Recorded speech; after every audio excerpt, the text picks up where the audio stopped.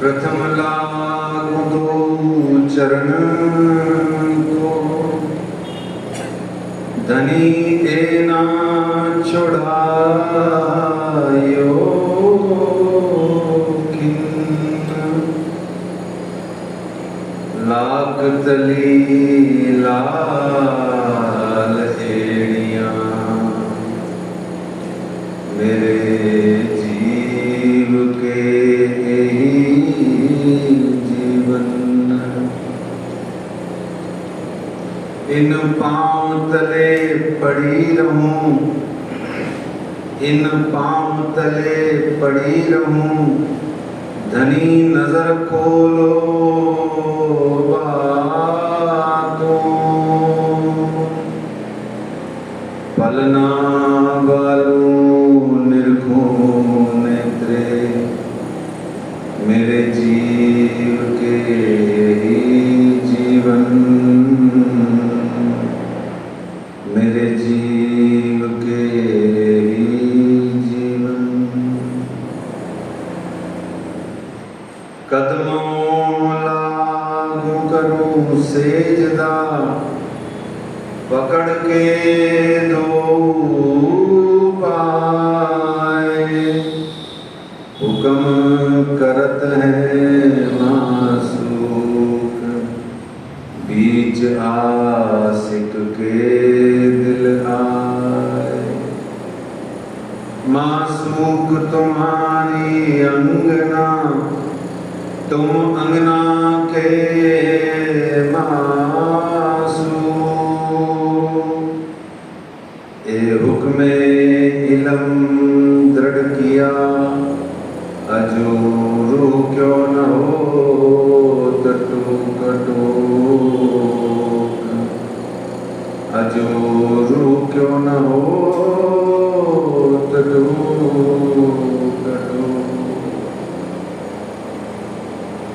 वंदो सद्गुरु चरण को, करूं सुप्रेम प्रणाम, अशुभ हरण मंगल करण, श्री देवचंद्र जी नाम। श्री प्राणनाथ निज मूलपति, श्री में राज सुनाम, तेज कुंवर श्यामा जुगल जी को, पल पल करूं प्रणाम, पल पल करूं प्रणाम।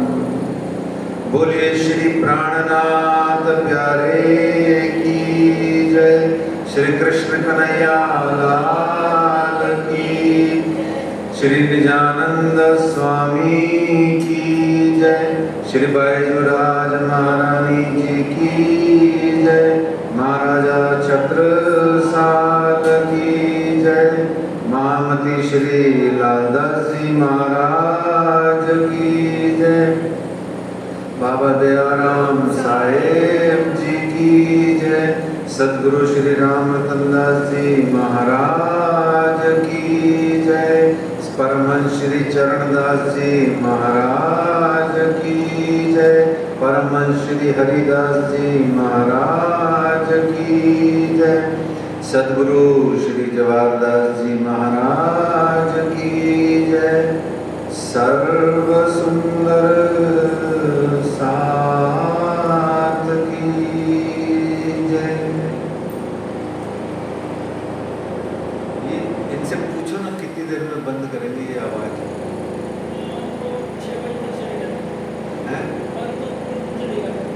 पूछा है आपने? पूछ लो, कर दे तो ठीक है, नहीं तो चल दे। अपन ज्यादा नहीं बोले, बस आग्रह कर दो, हो जाए तो ठीक है, नहीं ना से निवेदन कर दो, मान जाए ठीक है। आइए सुनो सर जी, इसी शोर के बीच में ही हम अपना ऐसा शोर करें कि वो शोर हमें याद नहीं रहे, वो भी जरूरी काम है जो हो रहा है। ठीक, आइए परना परम धाम चलिए और हाथ ऊंचे उठा के बढ़िया से बोलिए, परना परम धाम देख, करी के प्रणाम देख, आशिक को आराम दे, सकल दुख भागे हैं। कहत है मस्तान, जाको लागी सकतान। रूहें देखिए दीदार, श्री प्राणनाथ जी परना जी में विराजे हैं। श्री प्राणनाथ जी गुम्मट जी में विराजे हैं। आइए सुंदर साथ जी परना परम धाम में अपनी सुरता रखते हुए और वहाँ से नदी किलकिला तीर पे पहुँच जाएं और अपनी प्यारी श्री बायजूराज महारानी जी, पहले महारानी रानी फिर मेरी श्यामा रानी, ठीक है जी? पहले महारानी रानी फिर मेरी श्यामा रानी, है ना? आइए उनकी अर्जी गाते हैं, हाथ जोड़ के उनको अर्ज करते हैं, अपने चरणों में हमें लगाएं। महारानी रानी अब तो लगा दो नैया पार। महारानी रानी अब तो लगा दो नैया पार। मेरी श्यामा रानी अब तो लगा दो नैया पार। मेरी श्यामा रानी अब तो लगा दो नैया पार। महारानी रानी अब तो लगा दो नैया पार। मेरी श्यामा रानी अब तो लगा दो नैया पार। मांगत भीख कृपा की केवल। मांगत भीख कृपा की केवल। मांगत भीख कृपा की केवल। मांगत भीख कृपा की केवल। खड़ी हूँ तुम्हारे द्वार। खड़ी तुम्हारे द्वार।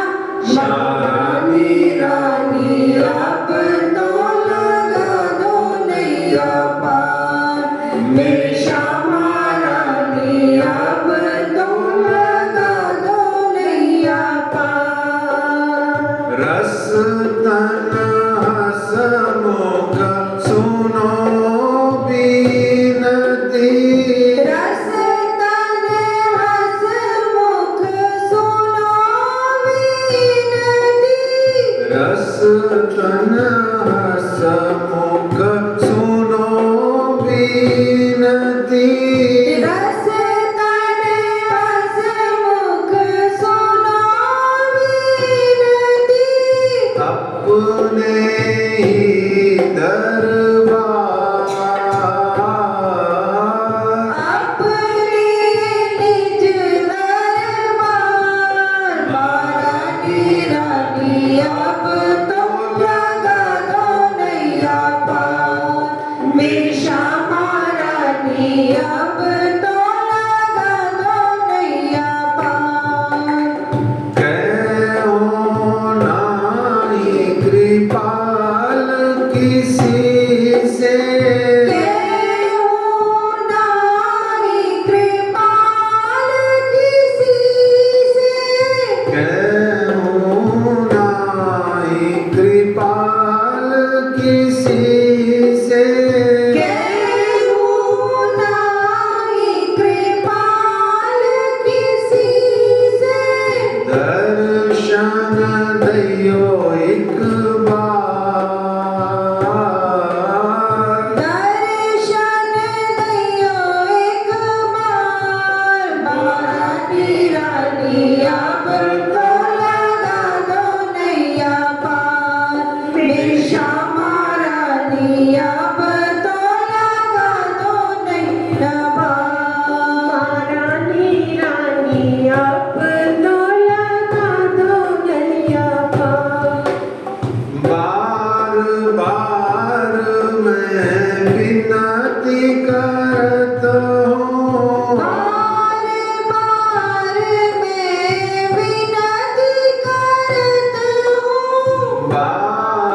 बार मैं अर्ज करत हूँ, बार बार मैं अर्ज करत हूँ, हाथ जोड़ कर विनती करत हूँ, हाथ जोड़ कर अर्ज करत हूँ, हाथ जोड़ कर अर्ज करत हूँ। हाथ जोड़ कर अर्ज करत हूँ, रखियो चरणों के पास, रखियो चरणों के पास, महारानी रानी अब तो लंका दो नैया पार, मेरी श्यामा रानी अब तो लगा दो नैया पार, मेरी राधे रानी अब तो लगा दो नैया पार, मेरी बाइजू रानी अब तो लगा दो नैया पार। श्री श्यामा महारानी जी की जय।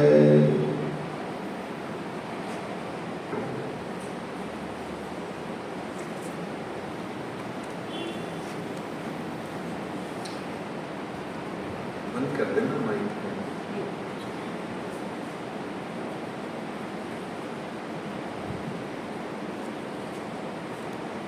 आज श्री बीतक साहिब जी की चर्चा कथा का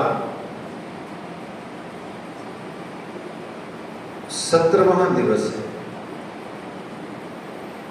मंगलवार 25 जुलाई है और सन चल रहा है 2023।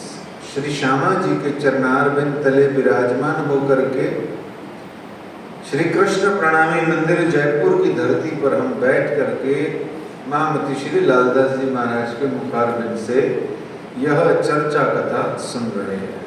यूं तो 17वां दिवस है, पर ईमानदारी से गिना ये 14वां दिवस जाएगा, क्योंकि हमारे 3 दिन तो अभी तक हुई ही नहीं थी। ठीक है ना? तो ये हाजिरी में 17वां है, पर होने में ये 14वां दिवस है। तो कल तक की बीतक के प्रसंगों में हमने जाना था कि क्या आनंदमयी धाम धनी अक्षरातीत की श्री तारतम्य वाणी का अवतरण हुआ। यद्यपि वह समय नजरबंद और उसका था दुख का, पर दुख में ही तो जब बहुत सारी गर्मी में ही तो जब घनश्याम बरसते हैं, तो फिर उन फुहारों का, उन बौछारों का, उन मेघ गर्जन का आनंद आता है। ऐसे दुख के बीच में जब ये परमाति परम सुख का, आनंद का वाणी प्रगटा, तो सुख नूर चारों तरफ फैल गया। किताबें आई, हमने आरती अंग चतुर्दश केरी और वो उलझन की जो वाणी है, भजन के माध्यम से भी उसको समझा सुना। फिर हमने देखा था कि रानियों, सैनिकों, कर्मचारियों का क्या स्थिति हुआ था। तत्पश्चात वर्ष पश्चात में रानियों ने राजा को कहा और सिरोपाव दे करके आपको घर पधराया गया। वापस श्री महाराज को लौट कर आए। श्री बिहारी जी को वाणी, कलश, कठपुतली आदि दिखाई, लेकिन उन्होंने पसरने नहीं दी। और सुंदर साहब जी, ये पसरसी 14 भुवन, ये हमको आज्ञा है राज्य की। ये वाणी अपने आप नहीं पसरेगी, इसके कोई पैर नहीं लगे हुए हैं। ये वाणी पहले हमारे बुद्धियों में आएगी, हमारी बुद्धियों में आने के बाद में हमको ही अनुप्रेरित प्रेरित करके हम ही इसको सारे जगत में फैलाएंगे। फैलाना ही प्रणामी होने का कर्तव्य निभाना है। प्रणामी होकर के धर्म ही यही है कि वाणी बीतक और श्री जी साहिब जी की भक्ति को हम सारे जगत के अंदर में प्रचारित प्रसारित करें, यानी पसरसी 14 भुवन न करें। पसरसी है ना, जैसे कहते नहीं लोकल लैंग्वेज में, क्या आके पसर गए हो, मतलब सारी जगह घेर ली है ना। तो इसको कहते हैं पसरसी 14 भुवन, अर्थात 14 लोक ब्रह्मांड में जब ये वाणी पसर जाएगी, यानी वाणी ही वाणी हो जाएगी, तो हमारा काम पूरा हो जाएगा, हुआ तुम्हारा काम। और फिर ये ब्रह्मांड होगा अखंड।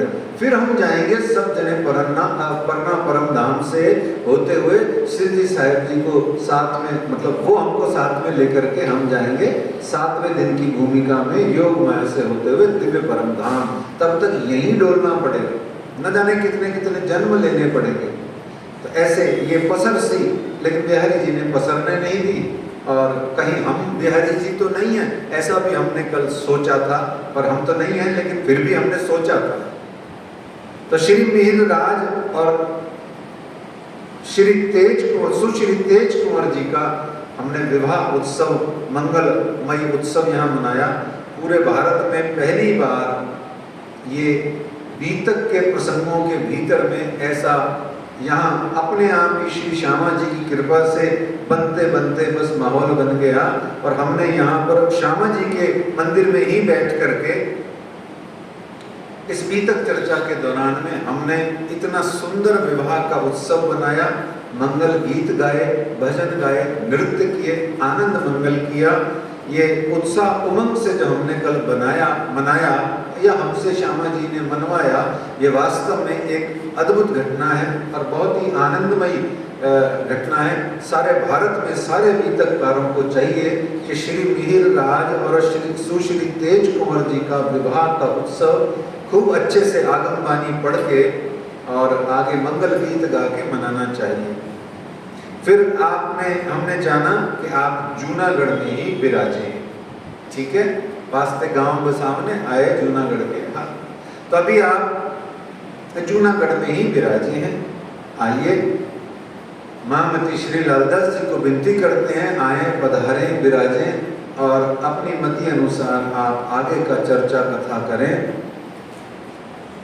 श्री महामत कहे साध जी,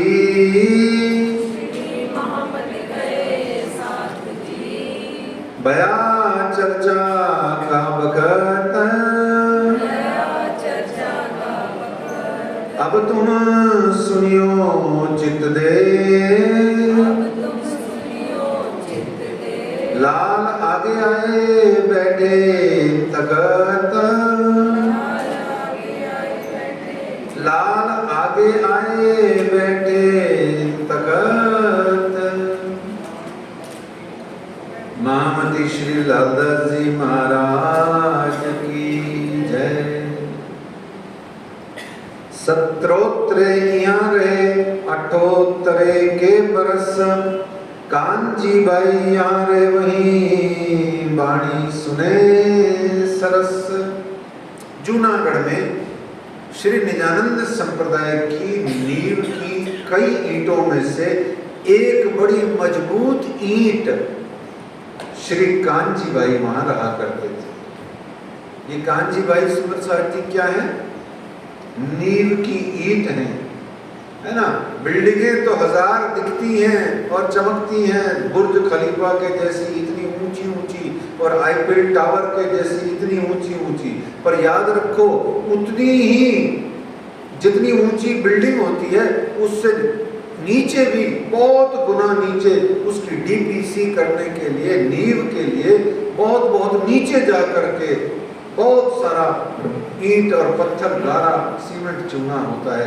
कहने का मतलब किसी भी भवन की बुनियाद में, नींव में बहुत योगदान होता है। ऐसे ही श्री निजानंद संप्रदाय की जड़ों में जो जल और जड़ों में जो खाद सिंचित है वो कांजीबाई नाम के सुंदर साथ भी उनमें से एक हैं। जैसे श्री 5 पद्मावतीपुरी धाम में आप जाते हैं तो वो जो ब्रह्म चबूतरा है, वो ब्रह्म चबूतरा इतना अजर अमर अखंड अनश्वर क्यों है?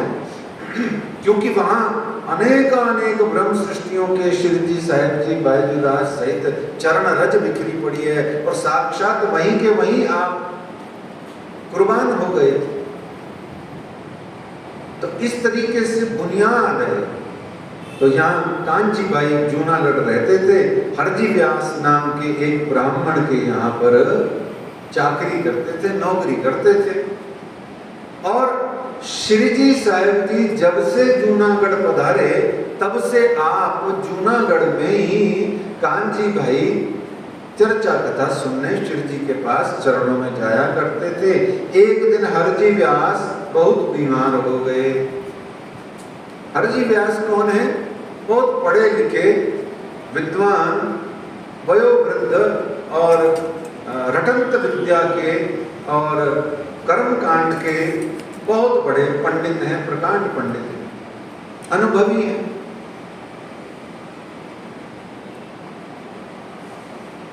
एक दिन वो बीमार हो गए तो मरणासन जान के उनको पलंग से नीचे जमीन पे उतार करके दक्षिण की तरफ उनके पांव रख के लिटा दिया गया।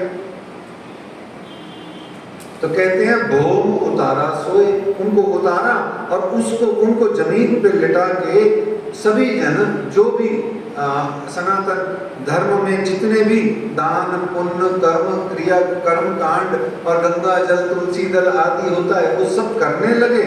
तो इतने में उनको थोड़ी सुध आई। तब उन्होंने कहा कि मुझे क्यों तुम लोग दान पुण्य कर रहे हो? दान पुण्य आदि करने से तो पाप और पुण्य का यमपुरी या स्वर्ग या नरक का साधन होता है।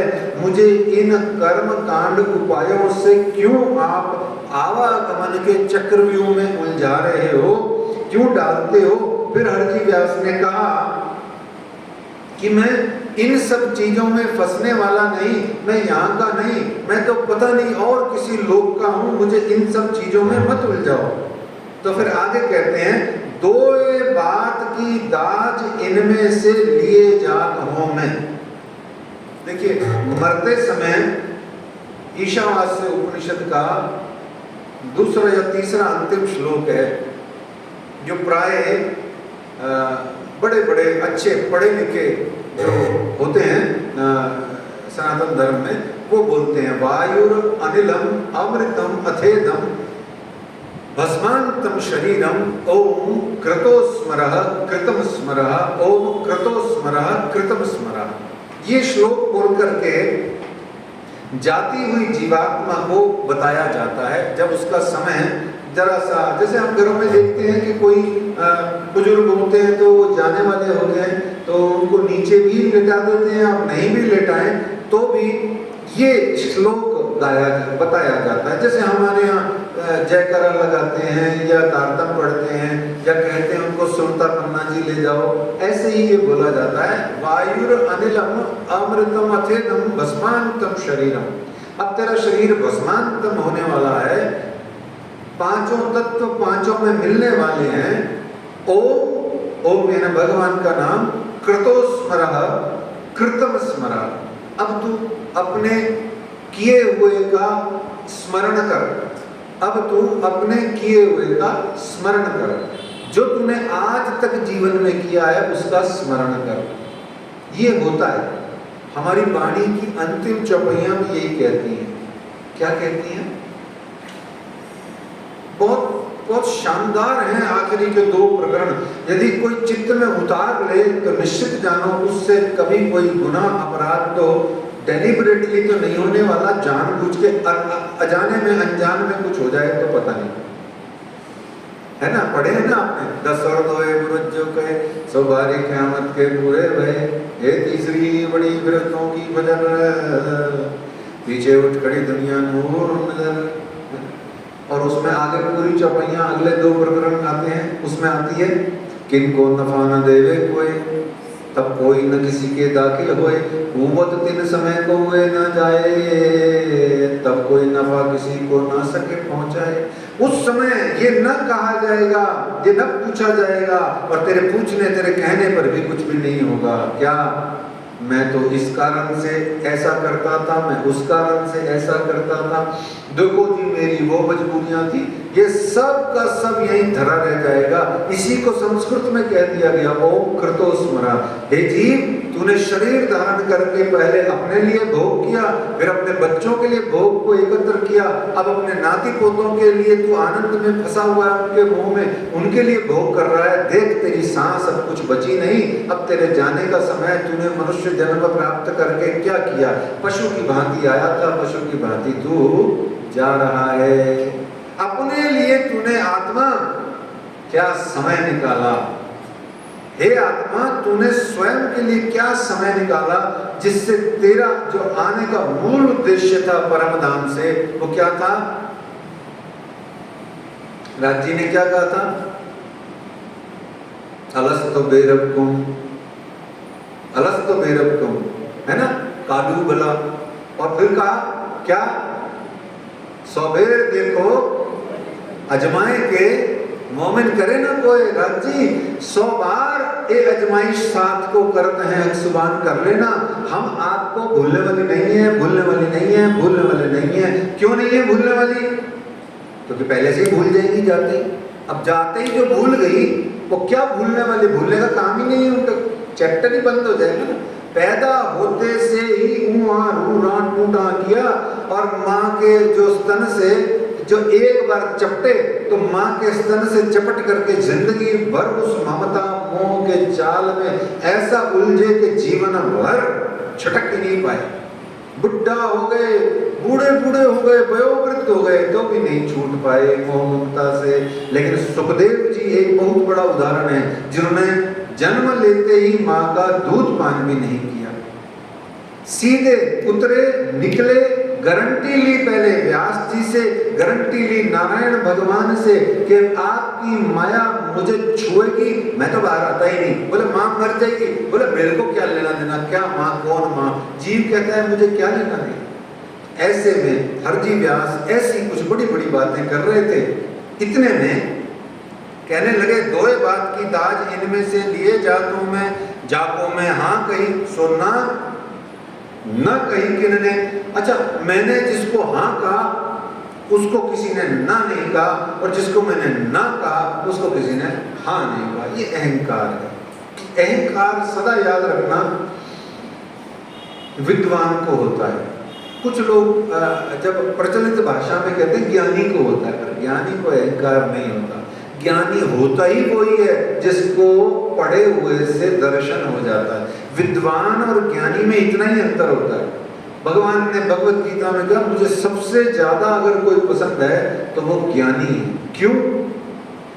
क्योंकि ये वास्तव में ज्ञान ही तो ब्रह्म है, प्रज्ञानम ब्रह्म। और फिर पता क्या कहते हैं, नहीं ज्ञानेन सदृशम पवित्रम ईह विद्यते। इस ज्ञान के समान शुद्ध पवित्र कुछ भी नहीं है, या इस ज्ञान के समान ऐसा कुछ भी नहीं है जो आपकी अपवित्रता को पवित्रता में रूपांतरित न कर पाए। ज्ञान ही है जो कर सकता है। और राज्य वाणी के अंदर में 2500 चपैयों के अंदर में, मोर देन 2500 चपैयों में इस ज्ञान इलम लदुन्नी की सिफत करते हैं, महिमा गाते हैं। एक ऐसा इलम है लदुन्नी, क्या कहते हैं? एक ऐसा इलम है लदुन्नी, जो देत बका की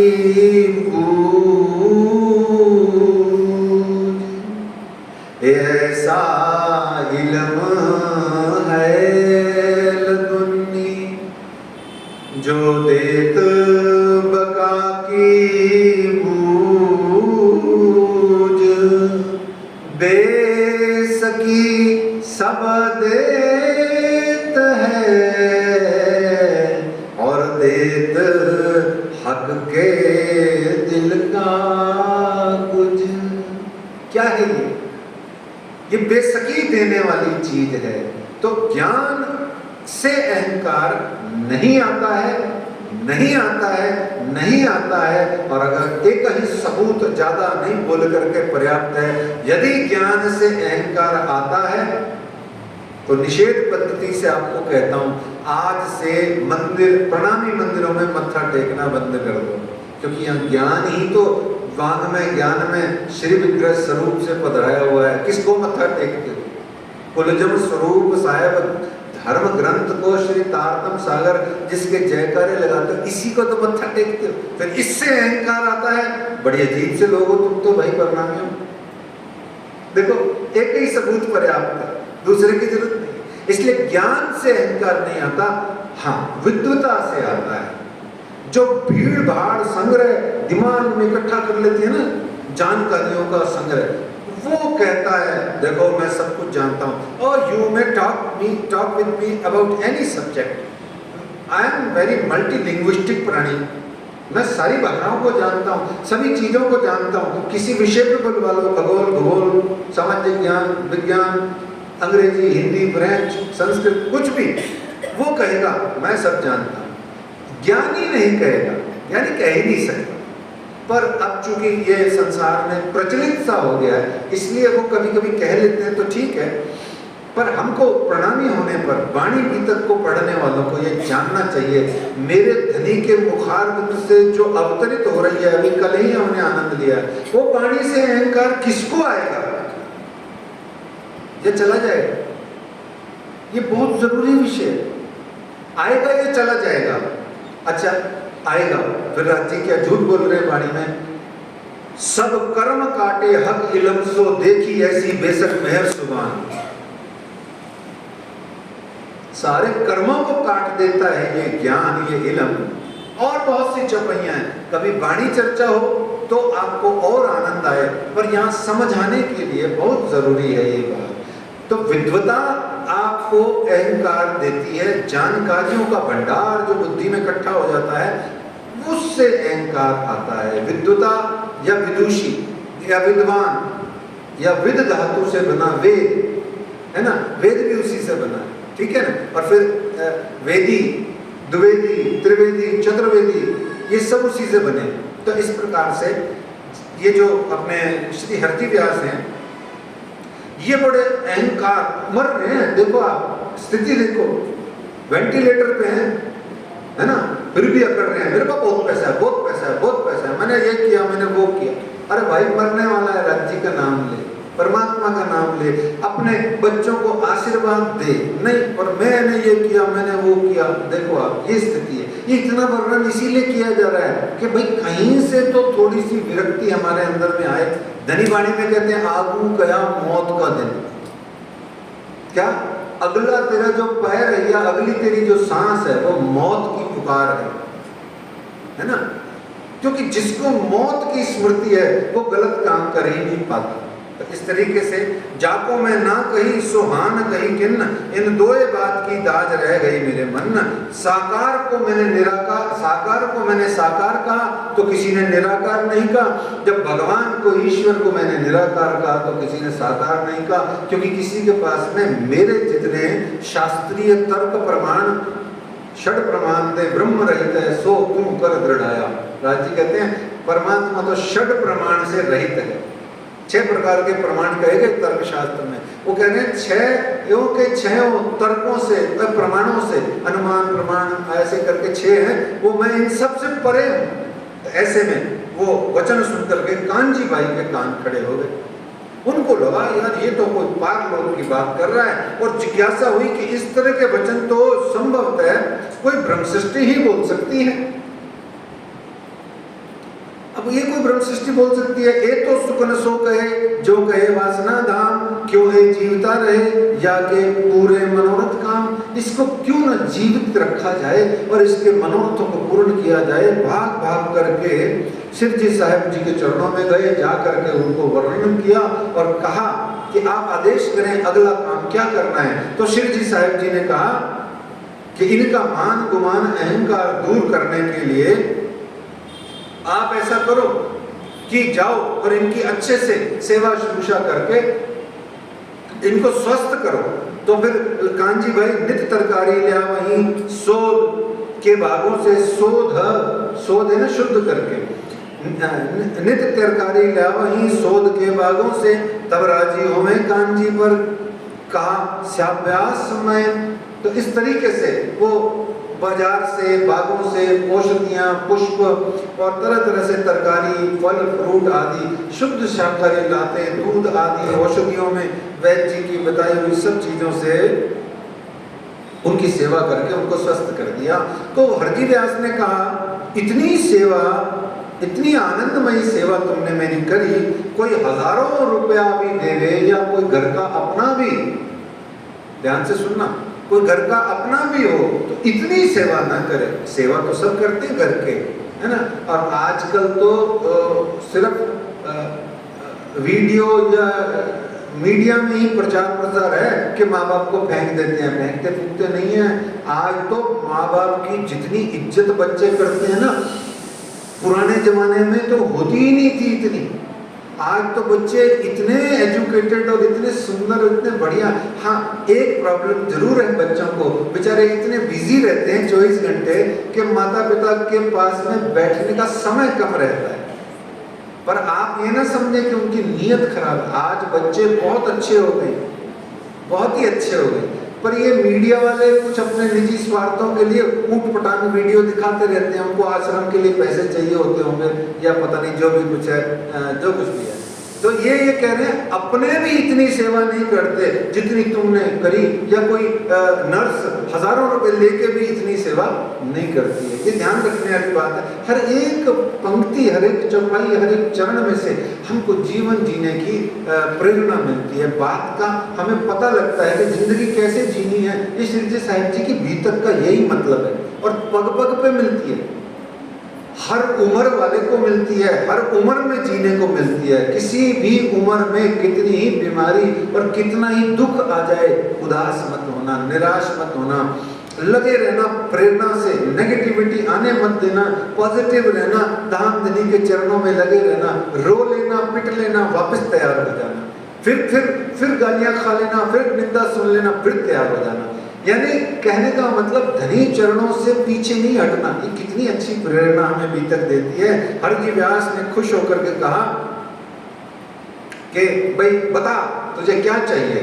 तो यहाँ कांची भाई, मांगो, क्या मांगती हो? तो कांची भाई ने कहा, तब कांची बोलिया, मैं मांगता हूँ एक वसत, एक वस्तु मांगता हूँ, एक साधु को सुनाओ चर्चा, यही पाऊं मैं कसता। देखो आप क्या मांगा, तो क्या मांगा। हम अगर किसी सिद्ध पुरुष प्राणी की शरण में जाएं, सिद्ध बाबा की शरण में जाएं, हम क्या कहेंगे? मेरी बेटे का ब्याह नहीं हो रहा, मेरी पोती के पोता नहीं हो रहा, या मेरे दोता नहीं हो रहा, मेरा धंधा नहीं चल रहा, मेरी ये साइटिका का दर्द नहीं जाता, बैठा नहीं जाता है, और घुटने ये घुटने बड़े वो करते हैं, क्या करते हैं, ये तंग करते हैं, गोडे तंग करते हैं। हम यही बेफजूल की चीजें मांगेंगे। अच्छा, ऐसा होता ही है, इसमें कोई दुखी होने की बात नहीं है। कांजी भाई इतनी सेवा करके क्या मांग रहे हैं? कह रहे हैं एक साधु को आप चर्चा सुनाओ। और किसको कह रहे हैं, किससे मांग रहे हैं? हरजी व्यास, जो पहले से विद्वता के अहंकार से ग्रसित है। तो अहंकारी को, मेरे एक गुरुजी थे स्कूल में, एक गुरुजी थे हिंदी के, मेरे से बड़े खुश रहते थे, बड़ा प्यार करते थे मेरे को। और वो दो बातें उन्होंने मुझे जीवन में सिखाई थी। एक बड़ी सुंदर बातें हैं, मेरे बहुत काम आती हैं। एक बुरा मत मानना माताओं बहनों, पर ये उदाहरण है। एक के जो ये समय होता है ना, समय एक औरत की तरह होता है। औरत अगर निकल जाए, टप जाए, तो उसकी गुद यानी चोटी पकड़ के खींचा जा सकता है पीछे से, है ना, सुविधा उपलब्ध है। बंदर चला जाए तो उसको पूंछ से खींचा जा सकता है। परंतु समय रूपी एक ऐसी औरत है, इसके बाल आगे की तरफ होते हैं। क्या होते हैं? इसके बाल आगे की तरफ होते हैं। ये चली जाए आगे तो इसको पकड़ के खींचा नहीं जा सकता। उदाहरण जरूर चुटकुले जैसा है, पर बहुत काम का है। मतलब ये समय हाथ ताली दिए जाते हैं, निकल गया वापस नहीं आएगा, हाथ नहीं आएगा, मिलेगा कुछ नहीं। एक दूसरा उन्होंने बड़ा अच्छा उदाहरण दिया था, कभी भी कोई भी असुर टाइप अहंकारी व्यक्ति घर में, समाज में, संसार में आए तो उसके आगे हाथ जोड़ के खड़े हो जाओ। वो आएगा, अपनी ही अकड़ में हाथ जोड़ा हुआ देख करके वो आपको नुकसान तो करेगा नहीं, फायदा कोई दे या नहीं दे, आपको नुकसान नहीं करेगा। अपनी अकड़ में सीधा सीधा सीधा वो चला जाएगा। ऐसे ही हरजी व्यास का हाल है। वो पहले ही जिस अहंकार से खुद के अंदर में इतने ज्यादा प्रेरित हैं, उनको और पल्लवित कर दिया कांजी भाई ने। संसार में हम ऐसे ही जीते हैं सुंदर साहब जी। एक छोटी छोटी बातें बहुत ध्यान रखनी होती हैं। ये कांजी भाई कौन है? ये कौन है कांजी भाई? ये वो हैं जो हमें सिखाते हैं हमने कैसे मर मिटना है, तन मन धन जीवन कैसे समर्पण करना है। हैं? कहते हैं कि मैं अपने धनी की चरण रेणु पर कोट बेर बारूं अपना तन मन धन जीवन, ये कहते हैं। और एक गीत गाता था मैं स्कूल में, तन समर्पित मन समर्पित और यह जीवन समर्पित, चाहता हूँ देश की धरती तुझे कुछ और भी दूं, तन समर्पित मन समर्पित और यह जीवन समर्पित। अब कुछ बचा ही नहीं, फिर भी उसके मन में कुलाचे आ रही और दे। ये कांची भाई है, तन मन धन जीवन अपने धनी की रेणु पर, अपने धनी की चरण रेणु पर, जिन दिस मेरा पीरू बसे तिन दिस पर हूँ कुर्बान। ये है कांजी। पर ऐसे में खुश होकर के उन्होंने कहा वाह वाह कांजी, वाह वाह कांजी, क्या चीज मांगी। एक तो सेवा करके स्वस्थ कर दिया, दूसरा चर्चा सुनने सुनाने का अवसर दिया। तुरंत प्रभाव से साधु महात्मा को बुलाया गया। वो साधु महात्मा कौन थे? श्री महाराज जी। बहुत सुंदर। हरजी व्यास ने अपनी बगीची में उनको बिठाया, निवास कराया, सुविधा दी।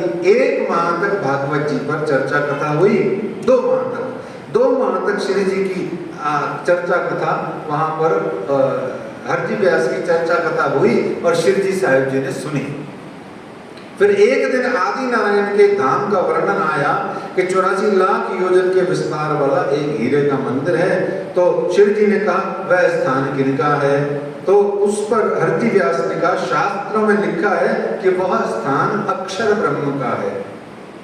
तब श्री जी ने पूछा अक्षर ब्रह्म का वास्तव में स्थान कहाँ है?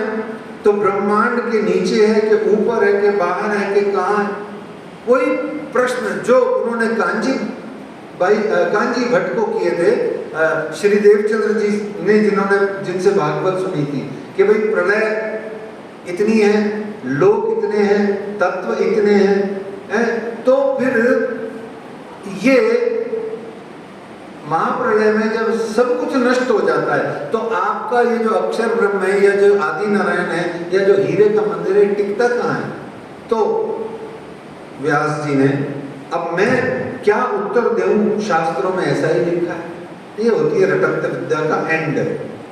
जहां चिंतन नहीं है ज्ञान विद्युता में, जानकारी में, आपके जानकारी में अगर चिंतन नहीं है तो वो सिर्फ और सिर्फ भंडार है विद्युता का, उसमें ज्ञान का अभी प्रकाश नहीं हुआ है।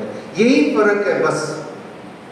200-2000 चौपाई रट के या पूरी भागवत की पोथी रट के आप 25-50 भजन रट के आप अच्छा खासा मजमा तो जमा सकते हो, परंतु आपको भागवत होने का सौभाग्य नहीं मिलेगा। आपको स्वयं को भागवत यानी भगवान से, भगवान के भक्त होने का सद्भाग्य नहीं मिलेगा। ऐसे ही आए थे ऐसे ही चले गए, बस ये हरजी व्यास का हाल है। तब कांजी ने कहा कि इनसे परम धाम के बारे में पूछा जाए। तो श्री जी साहिब जी को थोड़ा सा जोश आ गया। कहते हैं ये तो थका क्षर में सुध नहीं अक्षर, क्षर का ही इसने वर्णन किया है, अक्षर का तो इसने सिर्फ नाम भर लिया है। सुध नहीं अक्षर, अक्षरातीत की तिनको ये क्या देंगे उत्तर? ये कैसे उत्तर दे पाएगा? इसको कई लोग उपेक्षा के भाव से देखते हैं, पर याद रखना सुंदर साहब जी, पूरी भीतर चलेगी। श्री जी साहिब जी ने किसी को उपेक्षित नहीं किया, किसी को इग्नोर नहीं किया। यदि पूर्ण ब्रह्म परमात्मा, पूर्णात पूर्ण पुरुषोत्तम परमात्मा सच्चिदानंद पार ब्रह्म भी किसी को इग्नोर करते हैं उपेक्षित करते हैं, तो फिर प्यार कौन करता है इस संसार में? प्यार बचा ही कहाँ? हाँ, लीला चल रही है, उसमें थोड़ा बहुत वो कह सकते हैं भाई इसको नहीं पता है, ये एक अलग बात होती है।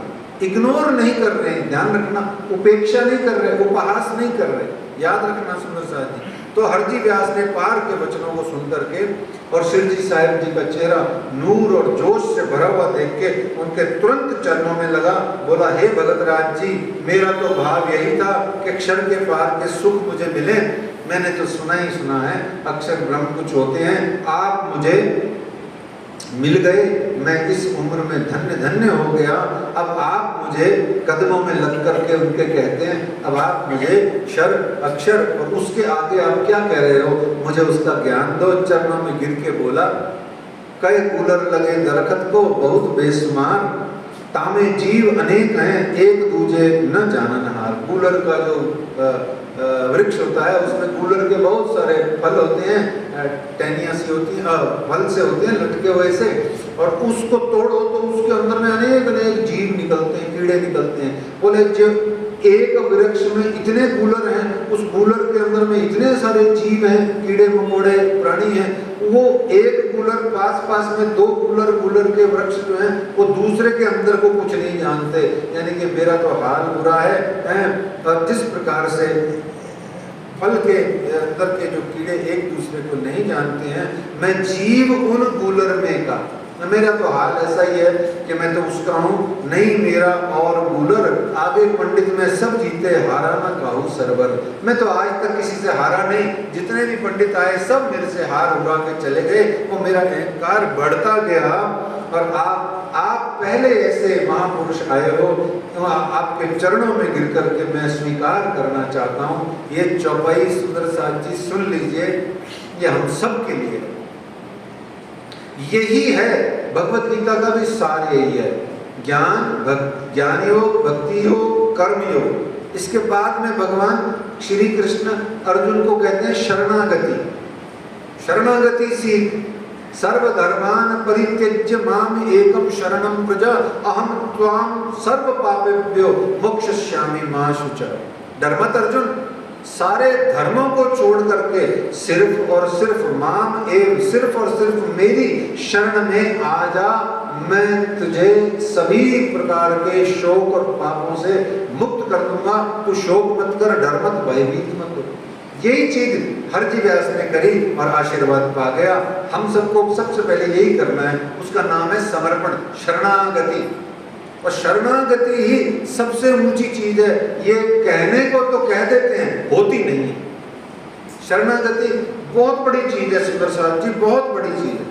हम महारानी रानी जी के मंदिर तो चले जाते हैं, मत्था भी टेक लेते हैं, बहन जी हम वहाँ जाकर रो भी लेते हैं, बहुत सारा अवार्ड भी निकाल आते हैं, महारानी रानी से बातें भी कराते हैं। पर शायद हो सकता है हम बाहर आए और जैसे ही हमारा कुछ 19-20 हो जाए, हम ऐसे ही भड़क पड़ते हैं, गुस्सा आ जाता है। काहे की शरणागति। एक महात्मा जी थे, हिमालय में तपस्या करी घनघोर 30 वर्ष तक। वो गबरू जवान 45 साल के होके बाहर आए और आकर के रिद्धि सिद्धि प्राप्त करके बाहर आए। आते से ही सारे संसार में उनका बहुत शानदार स्वागत हुआ। इतने में किसी भक्त ने, माता बहन ने उनके चरण छूने के लिए उनके चरणों को हाथ लगाया, तो माता का कोई नाखून वगैरह कुछ चुभ गया होगा या कुछ चोट लगी होगी, तो धक्का मार के कहते हैं तुम्हें पता नहीं है मैं इतना बड़ा सिद्ध हूँ, ये वो तुम मेरे को ऐसे नाखून चुभा रही हो। तो बताओ उसकी सिद्धि का क्या करें 30 साल। जो शरणागति यानी माता बहनों की श्रद्धा जो अर्पित कर रही हैं, यदि उसको तुम प्रेम पूर्वक एक्सेप्ट नहीं कर पा रहे, तो तुमने क्या 30 साल तक तपस्या करी। समझ रहे बात। जैसे मेरे सतगुरु जवाहरदास 39 साल आप पन्नापुरम धाम चोपड़ा मंदिर की जंगलों में और वहाँ सभी विद्वानों से शिक्षा प्राप्त की है। जब वापस आए ना इस संसार में जागनी करने, तो आपने जीवन में कभी भी ऊंची जुबान ही नहीं बोली, आगे की बातें तो छोड़ दो। बोलो सतगुरु जवाहरदास जी महाराज की, है ना। तो ऐसे आनंद को लेना है तो ये चौपाई सुन लो सुंदर साहब जी। जो सो आज मैं छोड़े हथियार, क्या कहता है? हथियार। हथियार का मतलब क्या होता है? ये जो मेरे खोपड़े में संसार, ये जो मेरे खोपड़े में तन मन धन समर्पित न करने का, या जो मेरे अंदर में या मेरे जेब में या मेरे बैंक में या मेरे मकानों में जो भीड़ भाड़ संसार भरा पड़ा है ना, ये हथियार है सब। किसके हथियार हैं? एनाम, आयुध, अमृत, रूप रस, छल बल बल कल, हथियार है ना आयुध। और आयुध क्या है? माया के। कुछ मन बुद्धि चित्त अहंकार में है, कुछ जेबों में है, कुछ मकानों में है, कुछ दुकानों में है, कुछ गोडाउनों में है। और कुछ लोग बाग आके ऐसे माला बना देते हैं ना, तो इंसान जमीन पे बैठा हुआ सोचता है मैं तो चौथे आसमान में हूँ, है? तो ऐसे ये हथियार हैं सारे, वही तो छोड़ने हैं। जैसे ही छोड़ोगे कौन पकड़ेगा? रानी महारानी पकड़ लेगी, गिरने नहीं देगी। सच्ची बोल रहा हूँ, दावे से बोल रहा हूँ। 1000 बार तू गिरना, वो 1001 बार तुझे थामेगी। तो गिरने से पहले तेरे नीचे बैठी होगी, अपनी गोदी फैला करके, आंचल फैला करके, अपना वरद हस्त तेरे मत्थे पे रखेंगी। मेरे सिर पर हाथ रखो श्यामा रानी, वो रखेंगी, रखती हैं। वही हाथ है जो तू चल रहा है, तेरी सांसें चल रही हैं। तो कहते हैं सो आज मैं छोड़े हथियार आगे तुम्हारे सब, तुम तहकीक बेजे हक के आए मेरे सबक पर। ये देखो कॉन्फिडेंस, इसको कहते हैं समर्पण। विभीषण ने पहले ही बोल दिया था, हे राम तुम लंका में कोई लंका रावण को मारने या माता जानकी को लेने थोड़ा ही आए हो, मेरा उद्धार करने आए हो, मुझ असुर का, मुझ पापी का, जो मैंने इस रावण के साथ रह रह के जो मैंने गुनाह किए असुर वंश में पैदा होकर, आप मेरे उद्धार के लिए आए हो। देखो ऐसे हरज व्यास मोको बताओ तुम वह जो रहा मुस्तकीन, मैं तो कछु न जाना तो मुझे दिखाओ अजीब, अरस अजीब, अर्शे अजीम। अजीम कहते हैं हाईएस्ट को, है ना? अर्श कहते हैं धाम को, और अर्श ए अजीम कहते हैं परम धाम को। याद रखना, परम धाम अर्श अजीम को कहते हैं, लेकिन वाणी में जल्दी जल्दी में अरस कह देते हैं। तो अरस का आपको मतलब निकालना पड़ेगा। कई अरसों को पार करके अरसे अजीम पहुंचा, ऐसे ये वाणी के भी कुछ आनंद है। तो ये कहते हैं अजीम, मुझको दिखाओ अजीम। इस प्रकार से आप श्री जी साहिब जी ने हरजी व्यास को अपना वरद हस्त रखा, और ललदर जी कहते हैं जेता अंगूर इनका कहाँ लो भाई सोबत, इनको अक्षर ब्रह्म तक की शुद्ध चाहिए थी, सो इनको मिल गई। और फिर दिन से जुदे पड़े आए नौतनपुरी चित्त, फिर वहां से नौतनपुरी आ गए। लेकिन इसके बीच में एक घटना घटती है, और कहते हैं कि विक्रमी संवत 1719 की बात है। सुंदर साथ जी बहुत ध्यान से सुनने वाला ये प्रसंग है।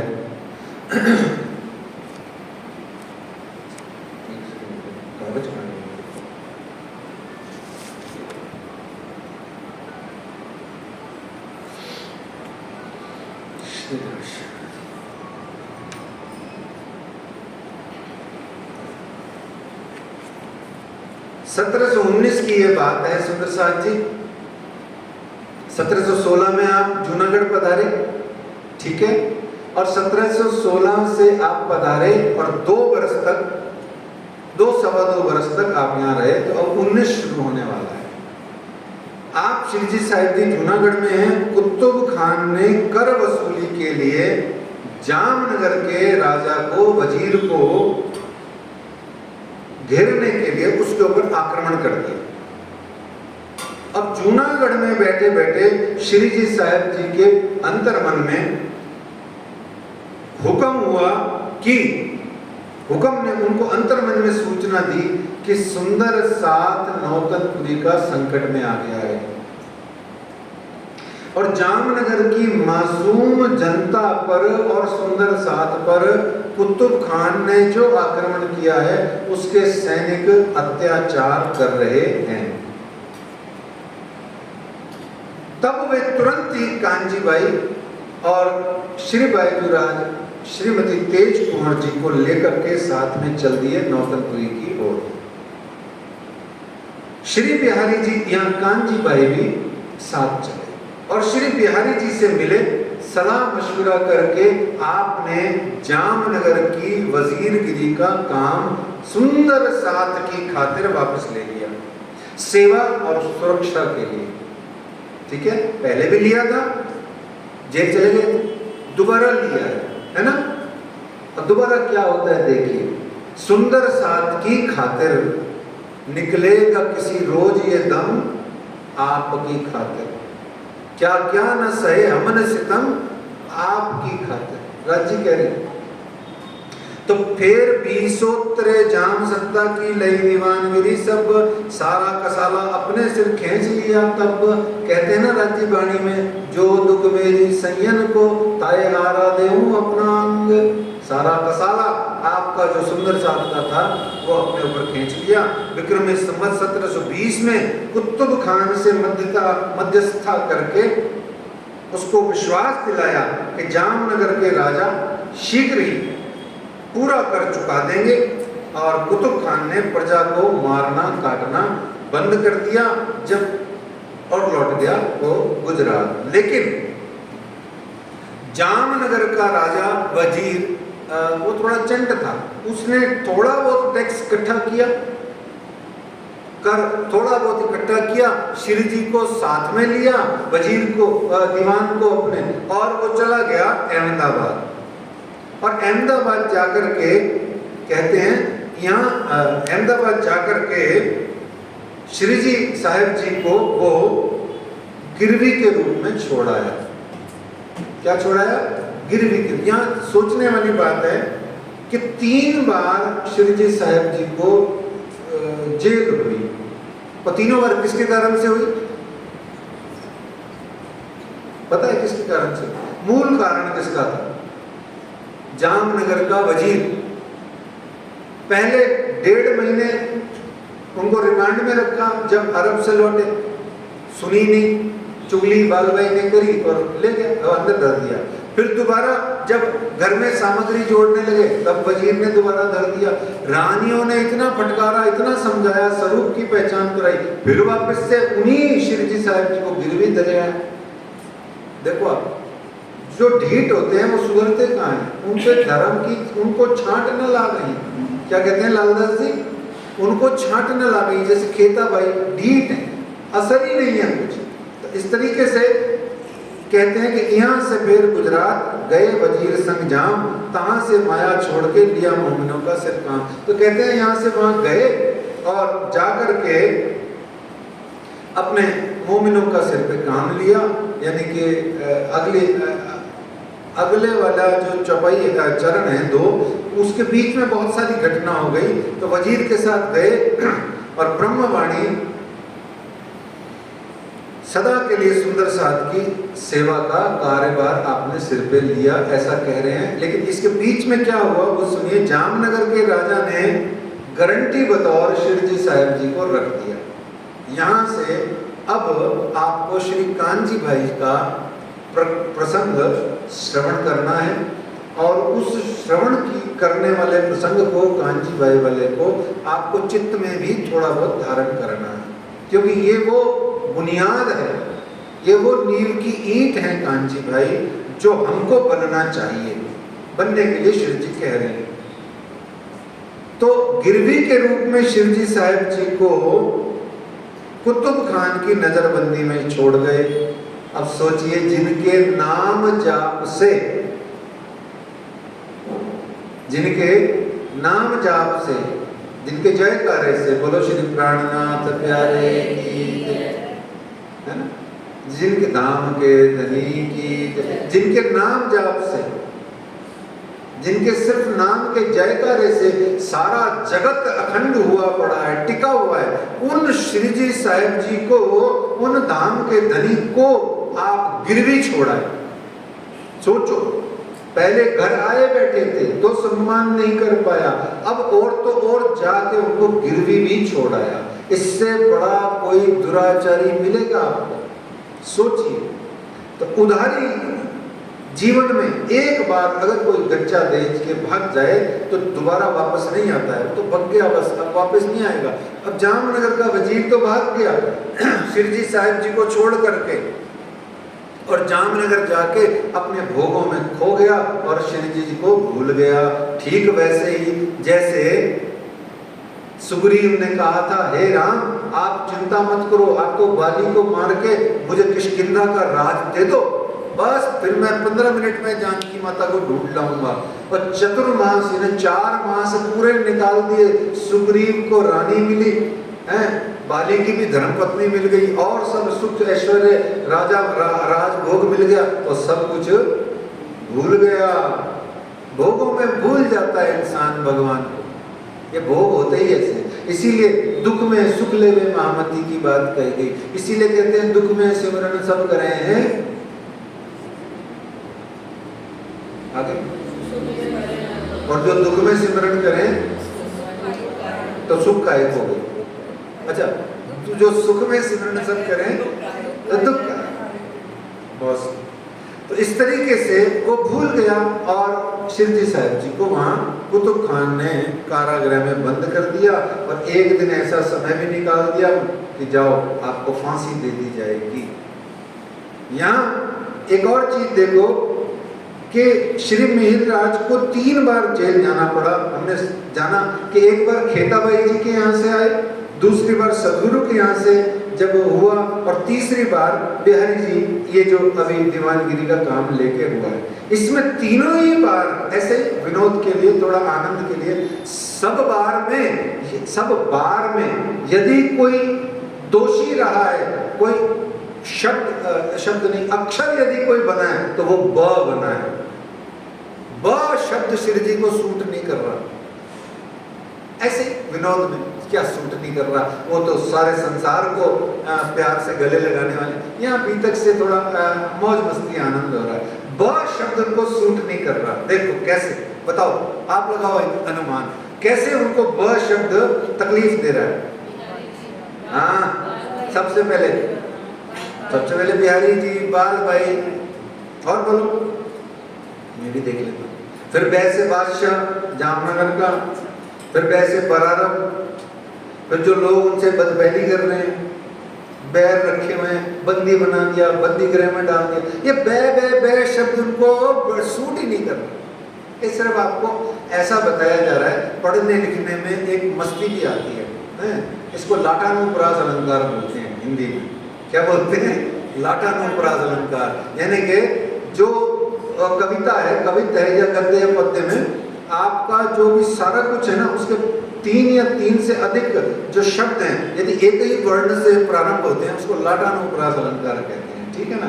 तो ये आनंद की बात है। ये भी हमको वाणी बीतक में से थोड़ा थोड़ा लेते रहना चाहिए। ये आपका थोड़ा विनोद करने के लिए आपको बताया।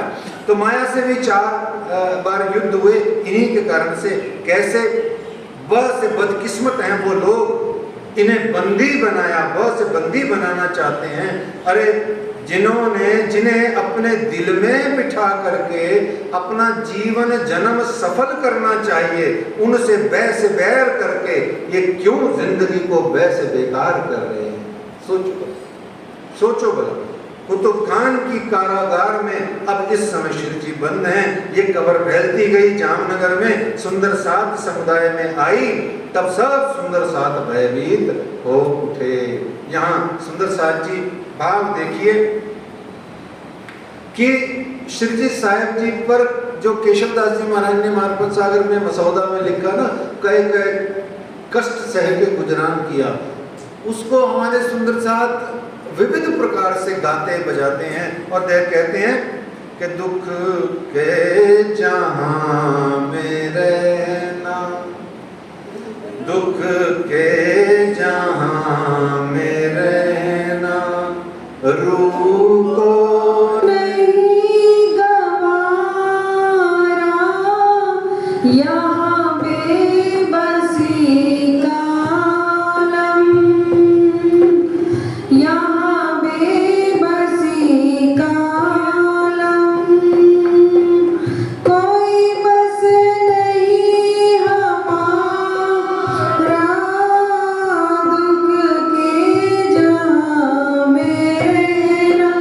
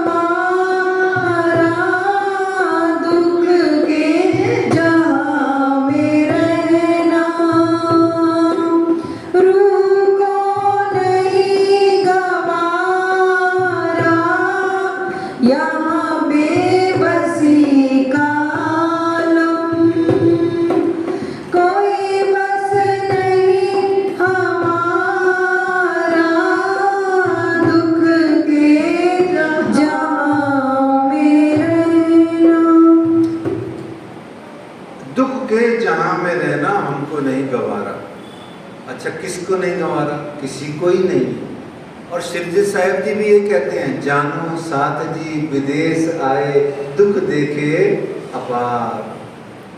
वो चाहते ही नहीं है कि दुख रूपी इन जिमी में भी तुमको दुख न दूं। फूल पाक धनी न देवे दुख तिल जेता। क्या? धनी न देवे दुख तिल जेता। अब तिल से छोटा कुछ है नहीं, उपमा और बनती नहीं थी, इसलिए सबसे छोटा तिल होता है। तो कहते हैं धनी न देवे दुख तिल जेता, जो आपन करिए विचारी थी। क्या कहते हैं? धनी न देवे दुख तिल जेता, जो आपन करिए विचारी जी। अब दुख आपन को जो होता है वो माया करता है भारी जी। अच्छा, माया कौन है? माया कौन है? वो पड़ोस में रहती है, वो नहीं जो मेरे दिल के भीतर में बैठी है, राज्य की जगह कब्जा करके। श्री राज्य की परमात्मा के स्थान पर ये जो माया मेरे हृदय में कब्जा करके बैठी है, अतिक्रमण करके बैठी है ना। ये जो हृदय है, दिल है, ये है तो मूल में परमात्मा का सिंहासन सेज सैया, और कब्जा करवा दिया हमने अपने शौक और मस्तियों में माया को। तो ये दुख आया हुआ है। दुख है ही इसी चीज का नाम। जो तेरी इच्छा पूरी ना हो तो वो दुख, जो तेरी इच्छा के अनुकूल हो वो सुख। इतनी सी तो डेफिनेशन है दुख सुख की। और क्या? मेरा कहा हो जाए सुखी हो जाऊं, मेरा कहा नहीं हो दुखी हो। पर ये दुख सुख से ना डरूं, मेरे धनी चाहिए सन्मुख। और यही कसाला होता है जो देता है साथ को दुख आ गए। वो दुख सहने के लिए आए हैं हमारा बोझा उठाया उन्होंने। निजानंद स्वामी का बोझा उठाया राजी। कहते हैं ना, गठरी लेके चले हैं, और न जाने क्या क्या आज भी चलते हैं। सुंदर साथ जी, ये मत सोचो गीतक में ही चलते थे, हमारे लिए भी चलते हैं। हजारों हजारों दुख कष्ट संकट की घड़ियां दान धनी चुटकियों में सॉल्व कर देते हैं। तो राज्य दुख में हमको कह रहे हैं, दुख के जहां में रहना हमको नहीं गवारा। वो कह रहे हैं मुझे नहीं गवारा, नहीं, मेरे सुंदर साथ जो दुख में आते रहते हैं ये मुझे नहीं गवारा। मुझे पता है ये संसार दुखालय है, दुख रूपी ये संसार है, पर इस दुख रूपी संसार में भी अपनी अंगनाओं को मैं दुखी नहीं देख सकता, दुख मैं दे नहीं सकता। मेरा स्वभाव है आनंद, मेरा स्वभाव है सुख, मेरा स्वभाव है कृपा। मैं हूँ ही करुणा निधान, अकारण कारण करुणा वरुणालय, करुणा निधान है धनी नाम। तो ऐसे में वो खुद राज्य महाराज जेल में चले गए। 3 बार गए माया से 4 बार लड़े। मैं 3 युद्ध की धाम भरी भरी पछे गत मत मारी हरी लई बस पोतानी करी। तो ऐसे में धाम धनी जी जैसे ही जेल में है, गुजरात में जेल में है, अहमदाबाद में जेल में है, और जैसे ही जेल में है और फांसी की खबर तक, फांसी का अभी ऑर्डर हो गया है, और जैसे ही ये खबर पूरे जामनगर में सुंदर साथ के मध्य में फैली, तो सुंदर साथ और शिवजी साहिब जी के प्रेमियों के मध्य में खलबल मच गई। सबके सब आतुर व्याकुल हो उठे। और जैसे ही ये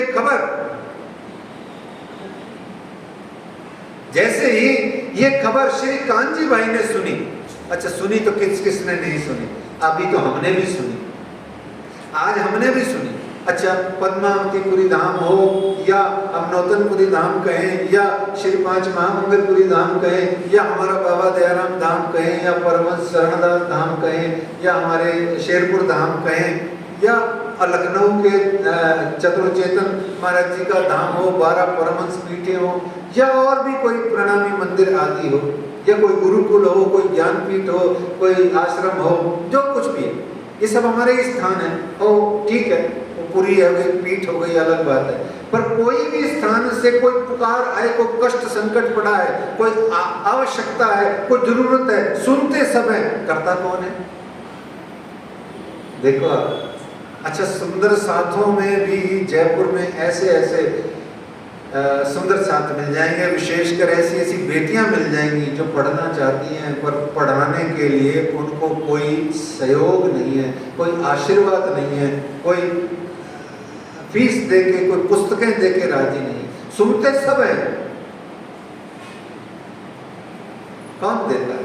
खुद होटल में जाएंगे, देखो आप ध्यान से सुनना और बुरा मत मानना, होटल में जाएंगे 4,000 रुपए में 2-2.5 जने खा के आ जाएंगे। 4,000 रुपए, एक चपाती 150 रुपए की। मैं तो, मेरा फ्यूज उठ जाता है जब कभी मैं ऐसे रेट देखता हूँ। 150 रुपए की चपाती, मेरी तो रोटी 30 रुपए में भी, 30 रुपए से भी कम होती हो। सोचो आप, चाय का कप 200 रुपए का, 250। तो जब हम ऐसे 4-4 हजार रुपए खर्च कर लेते हैं, अरे क्या एक बिटिया की 1 महीने की फीस हम होटल में खाना खाने का एंजॉय छोड़ के दे नहीं सकते क्या? कितनी माताएं बहनें ऐसी हैं जो अपने पतियों को खो चुकी हैं दुर्भाग्य से, वो जो अपने पुत्रों के साथ में मस्त हैं, संपन्न है, वो तो चलो धनी की मेहर है, पर जो ऐसी हैं जो जंग लड़ रही है, उनका क्या? हम क्या उनकी सहायता नहीं कर सकते? सुनते समय पर कोई अच्छा, जैसे पन्ना धाम के पुजारी जी हैं, 1, 2, 3 पुजारी महाराजों को छोड़ के बाकी सब पूरे सूर्य हैं, राज्य की कृपा में चलते हैं, क्योंकि वो कहते ही यही हैं, हम तो धनी के बंदे हैं, धनी की कृपा में चलते हैं। हम में से कौन उनको कुछ भी आर्थिक सहायता या उनके बच्चों को पढ़ाई लिखाई की सहायता करता है? इतनी प्यारी प्यारी बेटियां हैं उनकी, हमने कभी जीवन में सोचा एक बिटिया का भार हम 5-6 किट्टी पार्टी की सदस्याएं लेती हैं, जा बिटिया तू खूब पढ़ के अपनी जिंदगी, अपना करियर बना, बढ़ जा आगे। सुनते सब हैं, करता कोई है। 5 सैकड़ों ने सुना, पर करने को, मरने को आगे कौन आया? सिर्फ कांजी भाई। सबसे आगे कांजी भाई आए। इसीलिए मैंने कहा आपको, ये कांजी भाई कौन है? ये बलिदानी का जज्बा है। ये वो हैं कि कुर्बानी को नाम सुन, मोमिन पुलसत अंग, और पीछे होते जो मोमिन दौड़ लिया तिन संग। क्या कहते हैं? कुर्बानी को नाम सुन मोमिन उल्सत अंग। जैसे ही जो मोमिन होगा, कुर्बानी का नाम सुनेगा, उसके अंग अंग में उल्लास भर जाएगा। और फिर कहते हैं श्री जी कि वो तो कुर्बान हो जाएगा, पर अब जो पीछे होते जो मोमिन पीछे रह जाएंगे, वो देखेंगे, ओह ये अंगना पहले गई धनी के पास में, मैं भी जाती।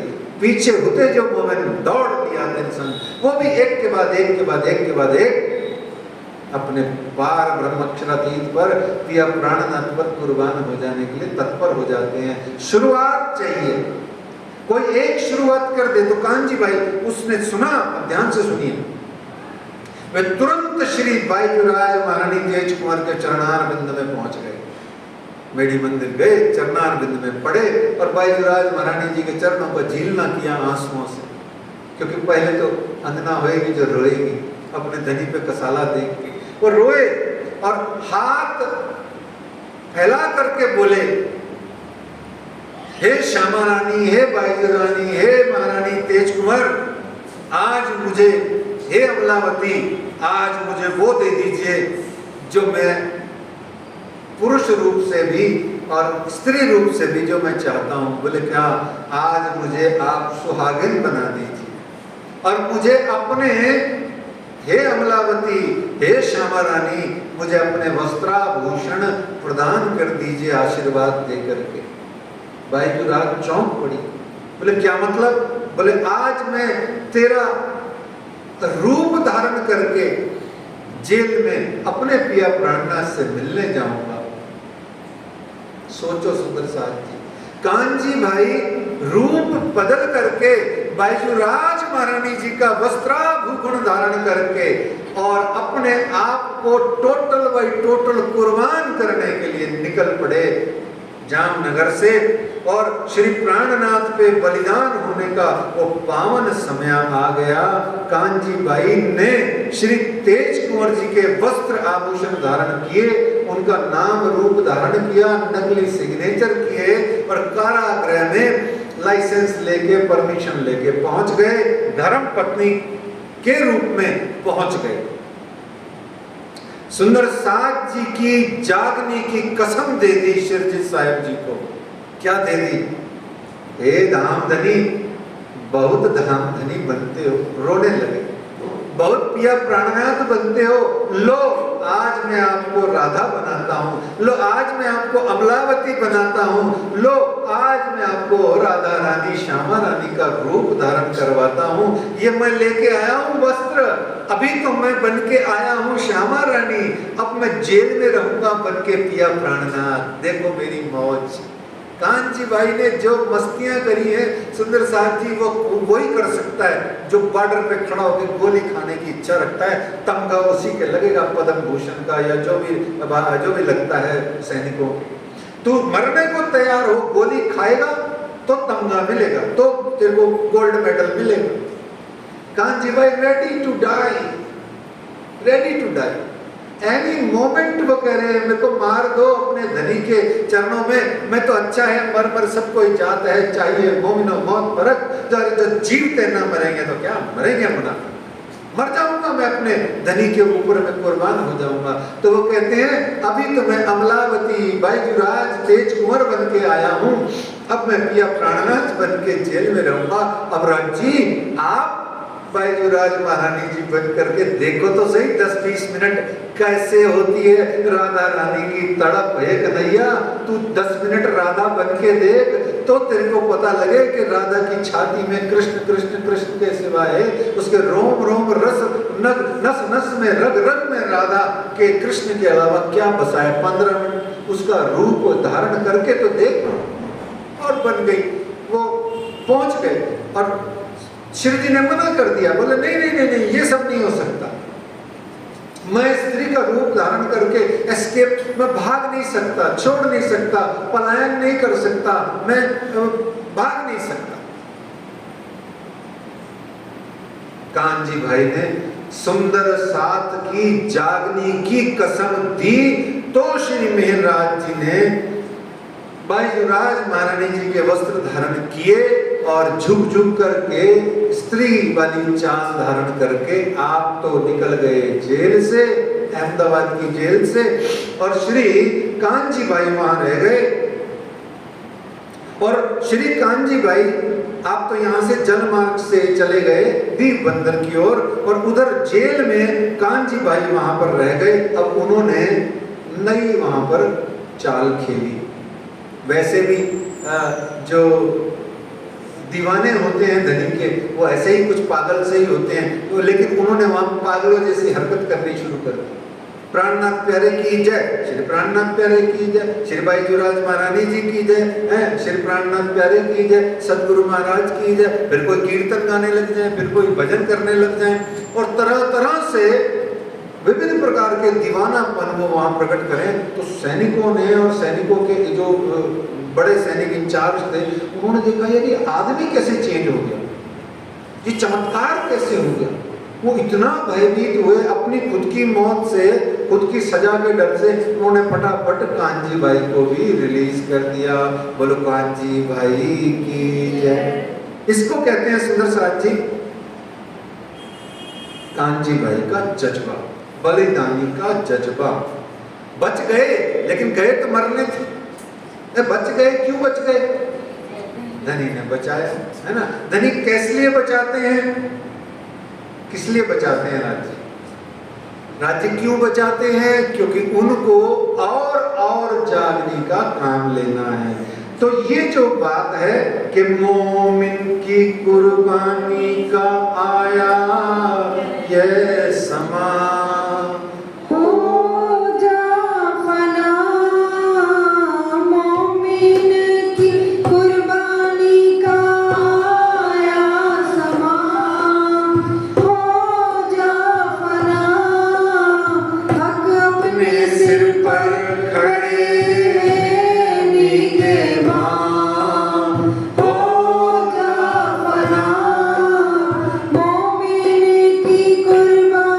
का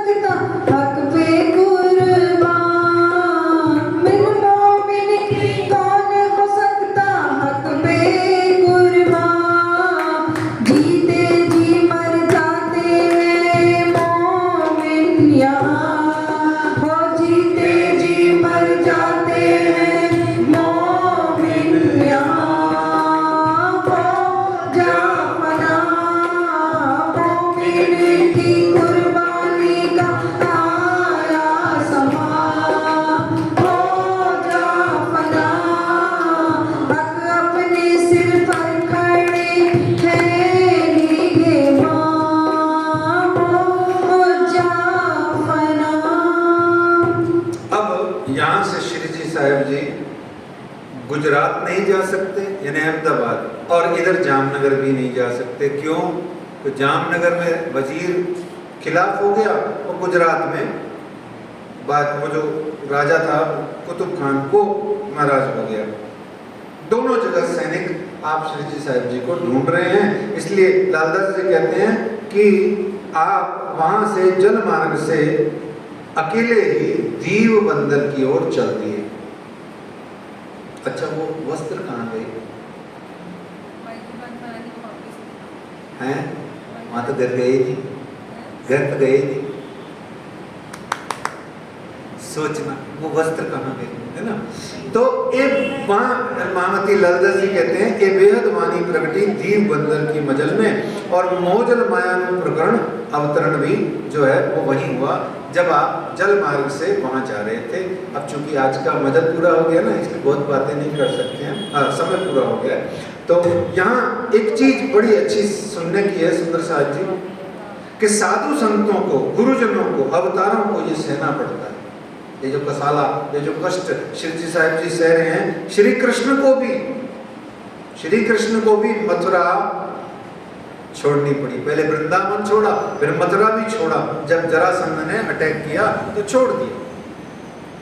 राम को सुबह राज्याभिषेक हो रहा है और राम को भी अयोध्या छोड़नी पड़ रही है। देखो आप हाल देखो। वे जिनका भला करने के लिए, जिनकी अज्ञानता को हटाने के लिए, जिनको आत्म लाभ देने के लिए अपना जीवन समर्पित करते हैं, वे ही लोग अहंकार के कारण से उनका जीवन हरण करने के प्रयासों में लगे रहते हैं, उन्हीं को दबाने के प्रयासों में लगे रहते हैं। ये मनुष्य का स्वभाव है। ये आसुरी वृत्ति सभी मनुष्यों में होती है, सब में होती है, कम ज्यादा अलग बात है। ये विचार करने की बात है कि श्री मिहिर राज को इतना दुख कष्ट संकट क्यों सहना पड़ रहा है। 3 बार जेल जा रहे हैं, मैं तरण युद्ध कीना हरी भरी, चौथे गत मारी है। ये चौथा क्या है सुंदर साहब जी? माया से जो 4 युद्ध हुए, जिसमें चौथे में शिव जी साहिब जी ने कहा आई सरेंडर, मेरे खुद को ही हार गया मैं। ये कौन सा युद्ध है? वो यही कांची वाला युद्ध है। वो कांची बाई की बलिदानी को देख करके पसीज गए। यहाँ मतलब क्या होता है? सुंदर साथ यदि धनी पर कुर्बान हो जाए और धनी कुर्बान नहीं हो सुंदर साथ पर, तो सोच के देखो राज जी को कितना तकलीफ होती होगी कि मेरे लिए ये कुर्बान हो गया। बल्कि होना तो ये चाहिए कि मैं इन सुंदर साथ के काम संवारने के लिए और इनके लिए हम सो आगे आए श्री राज है। इस तरीके से ये यहाँ पर आए दीव गुजरात से श्री राज भय भारत, यहाँ माया छोड़ दी सारी। अब यहाँ माया छोड़ दी, पोतानी घेर गई, है ना। यहाँ से माया पोतानी गिर गई। महामती लालदास जी कहते हैं आए दीप गुजरात से श्री राज भय भारत। भारत यानी फ्री, फ्री हो गए। अब राज जी फ्री हो गए। किससे फ्री हो गए? सबसे फ्री हो गए। बिहारी जी से भी फ्री हो गए, उधर से भी फ्री हो गए, इधर से भी फ्री हो गए, सब फ्री फ्री हैं, है ना। इसीलिए कह रहे हैं मैं तन युद्ध कीदा भरी भरी, भरी है ना मस्ती से, फ्री माइंड से। मुझे पता ही नहीं लगा 3 युद्ध हो गए माया के। तो कहते हैं आए दीप गुजरात से श्री राज भय फारक, माया पूरी दिखाए के नजर करी तरफ हक। यहाँ पूरी माया देख ली। और अब आप ये लगभग समय आ गया है विक्रमी संवत 1700 बोलो बोलो 22। जब आप किनके घर जाएंगे? कौन है जयराम भाई? हम तो है ही सही, वो तो अभिप्रेत अभिप्राय है कि हम हैं, पर वास्तव में जयराम भाई जी कौन है? भांडे बनाते हैं। क्या बनाते हैं? भांडे बनाते हैं पीतल के, है? क्या कहते हैं उनको उधर अपने साधारण भाषा में, देहाती में? कंसारा। कंसारा। तो जयराम भाई जी कंसारा। अच्छा, जयराम भाई जी कंसारा ने श्री जी साहिब जी से तारतम कब लिया था? हाँ, बहुत सुंदर पकड़ लेते हो आप हमारी गलती, है ना। हम भी गलत बोल रहे हैं नहीं। अच्छा, जयराम भाई जी का एक और नाम है, बस 1-2 बातें और करके चौपाई पड़ेंगे। जयराम भाई जी का असली नाम जो प्रसिद्ध नाम, या जो जैसे गोवर्धन जी का गुणवंती बाई है, और ये किसका नाम था, ये वाली बाई किसका नाम था, ये धनबाई किसका नाम था, गांगजी बाई की दामवासना धनबाई। ऐसे ही इनका नाम क्या था, करुणा सखी। इन्होंने क्या एक ग्रंथ लिखा है, हाँ, इन्होंने निजानंद स्वामी की मुख्य रूप से बीतक लिखी है, स्नेह सखी कृत, है ना, बीतक आपने लिखी है, और बहुत प्यारी बीतक है, बड़ी सरल भाषा में। देवचंद जी महाराज का बहुत विस्तार से उसमें वर्णन है। तो इस तरीके से आप अपने गुरु भाई जयराम भाई जी के घर में जाते हैं। वहां से तो इसके लिए महामती लालदास जी कहते हैं, श्री महामत कहें ब्रह्मशिष्ट को, माया में खेल की कही, अब आगे की कहूँ ए जो बीतक भई। आइए सुंदर साथ जी आज की चौपाई 5 के प्रसंग को विश्राम देते हैं। श्री महामत कहें ब्रह्मशिष्ट को, माया में खेल की कही, अब आगे की कहूँ ए जो बीतक भई, ए जो बीतक भई।